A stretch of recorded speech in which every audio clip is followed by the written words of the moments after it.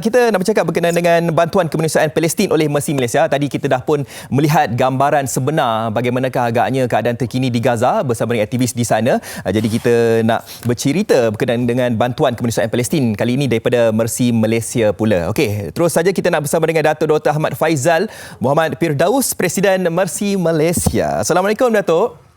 Waalaikumsalam warahmatullahi. Alhamdulillah. Salam syawal Datuk, walaupun raya ke berapa dah ni kita. Salam Aidilfitri. Ya, salam Aidilfitri. Ya, Datuk, mungkin boleh berikan kepada kami antara usaha ataupun program yang telah pun dijalankan daripada pihak Mercy Malaysia sendiri bagi meringankan beban saudara kita yang berada di Palestin itu, Datuk. Terima kasih.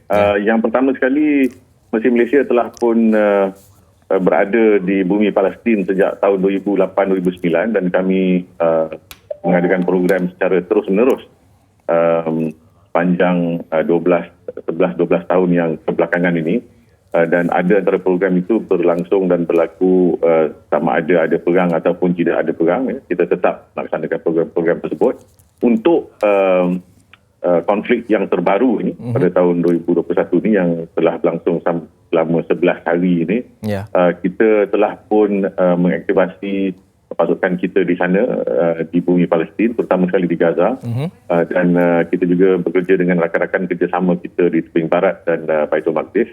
Antara bantuan yang kita sampaikan yang paling utama ialah bantuan ubat-ubatan serta alat-alat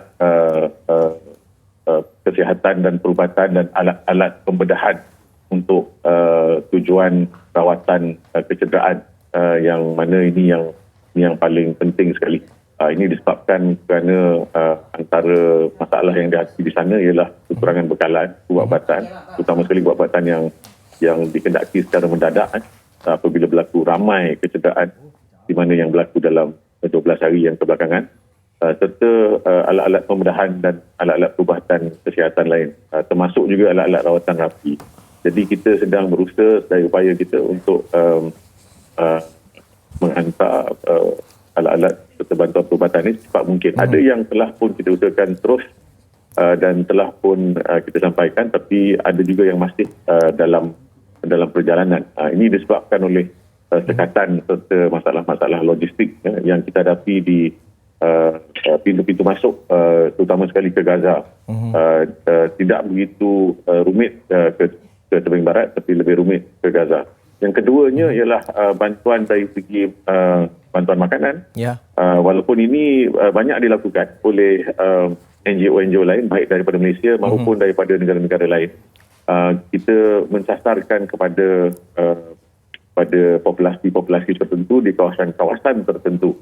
Dan di sini perlu sedikit koordinasi, dan kita alhamdulillah sebab kita sudah ada pun pasukan di dalam Gaza, kita berjaya untuk berkoordinasi dengan NGO serta pihak-pihak lain, termasuk kerajaan-kerajaan lain yang juga menyumbang supaya kita tidak bertindih dalam mengagihkan bantuan makanan ini.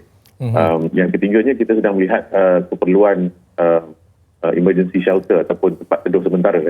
Sebab ini terutama sekali di Gaza, kita juga melihat keperluan ini di Baitul Maqdis Timur sekiranya ada beberapa yang memerlukan, tapi keutamaan diberi pada Gaza sebab mereka yang dibom, dan juga ramai yang telah keluar daripada rumah kerana rumah sama ada telah dibom ataupun jika tidak dibom secara langsung pun telah mengalami kerosakan. Jadi kita juga melihat kepada keperluan tempat teduh sementara ini.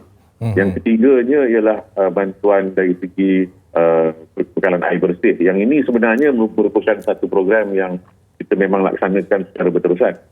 Cuma apabila berlaku konflik yang terbaru ini, kita terpaksa melihat sama ada kita boleh salurkan air bersih ini dengan lebih efisien lagi, sebab sebelum ini pun sudah ada kekurangan.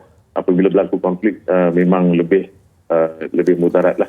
Yang keempat, yang ini mungkin ramai orang tak tahu, ialah bantuan dari segi kita nak menghantar, kita sedang berusaha menghantar juga minyak diesel dan juga lain-lain peralatan seperti generator, sebab ini disebabkan oleh putusnya bekalan elektrik pada kebanyakan tempat di Gaza akibat daripada pengumuman tentera Israel.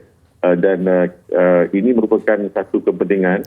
Satu ialah dari segi keselesaan dan kesihatan, tapi yang kedua yang paling penting ialah di hospital-hospital terutamanya, ianya merupakan satu keperluan yang tinggi, sebab tanpa bekalan elektrik maka banyak jenis rawatan seperti bantuan alat pernafasan dan sebagainya tidak dapat dilaksanakan.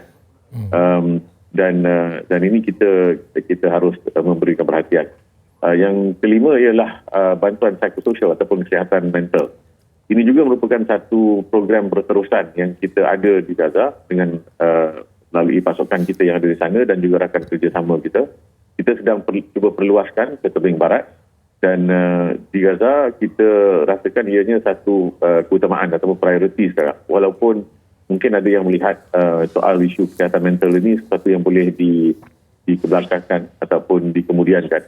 Tapi secara realitinya akibat daripada tekanan yang amat dahsyat yang rakyat Palestin di Gaza terutamanya dan juga di tebing barat hadapi sekarang ini akibat daripada konflik dan juga tekanan-tekanan lain seperti sekatan yang dilakukan oleh Israel, kita mendapati keperluan ini amat tinggi, terutama sekali di kalangan kanak-kanak yang telah melihat begitu banyak sekali kemusnahan dan keganasan, dan ini telah meninggalkan kesan trauma psikologi serta emosi yang tinggi pada diri mereka. Dan ini merupakan satu perkara yang kita berikan keutamaan.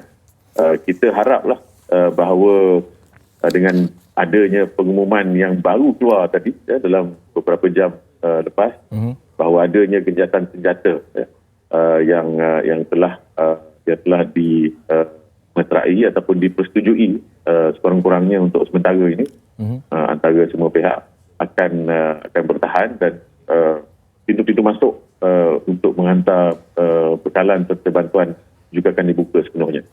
Ya, itu yang kita nak lihatlah, perkabaran berita gencatan senjata itu yang telah pun dikeluarkan. Okey, baik, terima kasih diucapkan kepada Datuk di atas informasi yang berikan, dan terima kasihlah diucapkan kepada Datuk dan juga keseluruhan anggota-anggota daripada Mercy Malaysia ini yang sedikit sebanyak-banyaklah membantu mereka yang berada di Palestin dengan program-programnya. Terima kasih, Datuk. Terima kasih. Okey, kita telah pun bersama dengan Datuk Dr. Ahmad Faizal Muhammad Firdaus, Presiden Mercy Malaysia.